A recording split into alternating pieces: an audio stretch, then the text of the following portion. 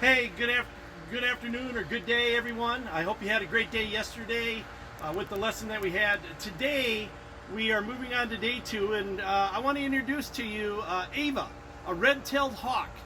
And as we begin today, as Josh said yesterday, we're always going to begin with a question. And my question to you today is, how long do you think a red-tailed hawk lives? How long do you think a red-tailed hawk lives? Well, anyway, let me tell you some other interesting facts about the red-tailed hawk. They are known for their reddish-colored feathers, thus why maybe we would call them a red-tailed hawk. Makes a little bit of sense, doesn't it? And it's both in their wings as well as on their tails. Their average wingspan is about 3.5 feet, so that's about 1.5 feet bigger than what I'm doing holding this picture of Ava right now. That's pretty amazing that they can get pretty big that way. Their mom and dad stay with the babies until they're ready to fly away. A mother red-tailed hawk will lay anywhere between 1 and 5 eggs. And they share the responsibilities of feeding the babies. It's not just the mother who does it or just the father, but they share the responsibilities, which is a very good thing. And at about 6 weeks old, then a red-tailed baby hawk will leave the nest and it'll go on its own. And today our lesson, as you look here, it says, Jesus' power gives us hope. So today, as Josh talks to you, he's going to be talking about the power that we get through Jesus that gives us hope. Anyway, I hope you have a great day. Enjoy your time with Dad and Mom. And hopefully you'll have fun with the crafts and the games and all the other activities that you're doing. We'll talk to you tomorrow. What's the answer? Oh, that's right. The answer. Well, the question again was, how long do you think a red-tailed hawk lives? He lives to be about 25 years old. It's pretty amazing for a bird that he lives 25 years old. Anyway, have a great time with whoever's helping you with DVBS, and we hope you'll just take hold of the lesson. And then, again, we would look forward to you joining us tomorrow for the next animal that we will introduce. All right.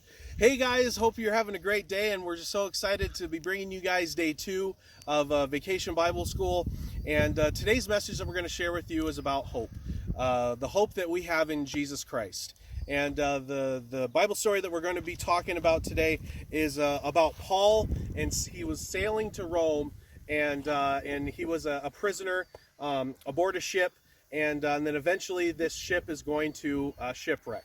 So today's message is going to come from Acts chapter 27, but we'll get to the main Bible passage in a minute. But I wanted to share something just kind of about a recap on Paul's life. So Paul was originally called Saul, and as we heard from Pastor Luke yesterday, Saul was a hater of Christians, right? He despised Christians, he wanted to kill Christians, and he wanted to silence the gospel of Jesus Christ. But as he was on the road to Damascus, Jesus came to him and said, "Why are you persecuting me?" And then he finally blinds Paul, and then Saul's eyes are opened to the gospel of Jesus Christ, and then Saul becomes Paul, and Paul ends up becoming one of the best, and Scripture says, hard-working apostles of them all. And so now Paul has been preaching all throughout the land, and he's been preaching in synagogues. He's been preaching to the Jews and the Pharisees and Sadducees, and they hated him for it. And eventually, it got him thrown into prison. And now this is where our story takes place. Now he is on a ship, and he's being transported to Rome, where he is going to be faced with his sentence and potentially even face death. But something happens. God does something amazing that no one really expected. So as they were traveling to Rome, we read in chapter 27, verse 39, "Now when it was day, they did not recognize the land, but they noticed a bay with a beach, on which they planned, if possible, to run the ship ashore. So they cast off the anchors and left them in the sea, at the same time loosening the ropes that tied the rudders, then hoisted the foresail to the wind that they made for the beach. But striking a reef, they ran the vessel aground. The bows stuck and remained immovable, and the stern was being broken up by the surf. The soldiers' plan was to kill the prisoners, lest any should swim away and escape. But the centurion, wishing to save Paul, kept them from carrying out their plan. He ordered those who could swim to jump overboard first and make for the land, and the rest on planks or on pieces of the ship. And so it was that all were brought safely to land. So we know that Paul was with some other Christians. It's even reported that Paul was with the Apostle Luke, who was his physician at the time. And so they were on this boat, and they were heading towards their destination into Rome. But then a huge storm hit their boat. And it was a storm that was very similar to the Bible story where Jesus and his disciples were in the middle of the sea and a storm hit. And in this story, the soldiers and the prisoners on the ship, they were very afraid of what was going on. But Paul and Luke, knowing the power of God and knowing what God had accomplished before, knew that they had to trust in God. They had to trust in God's plan for their lives. And then eventually they were stranded and they didn't know where to go. And then they finally see this land. They see this land just beyond the shore, beyond where the ship was. And they finally say, we need to go towards that land. We need to make our way towards it. But then as they were doing so, they hit a reef, which is something kind of like some piece of land or a piece of rock that's underneath the water, and it begins to sink the boat, and the ship is now becoming shipwrecked. And now the guards, the soldiers of the ship, they decided that what they needed to do was they needed to kill the prisoners, because if they escaped, then they were going to be charged with a crime, or they'd be made fun of because they let their prisoners escape. But God was not going to let that happen.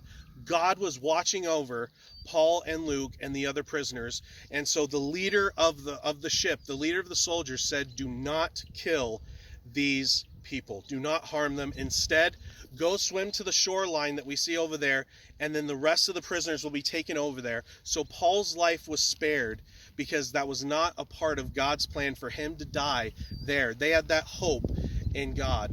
And so today's challenge is simple. Are there things that are happening in your life where they're not going right? You feel like that you're in the middle of a storm. You feel like that there's bad things happening to you that don't make sense. Or do you feel like that God is really distant from you?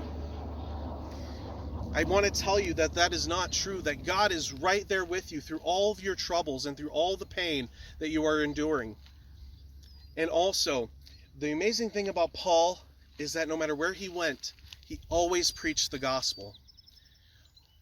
Who is a person that you can think of that you can share the gospel of Jesus Christ with? That is the beautiful message of today, the beautiful hope that we have in Jesus Christ, that even though that we were still sinners, Jesus Christ came and took the punishment for us. Paul knew that, Paul believed it, and Paul preached it. So I encourage you guys to put your hope and trust in Jesus today. So enjoy some time with your parents or your family, your guardians, whoever's watching this with you. They're going to ask some questions, and enjoy your crafts, and we'll see you on the next video.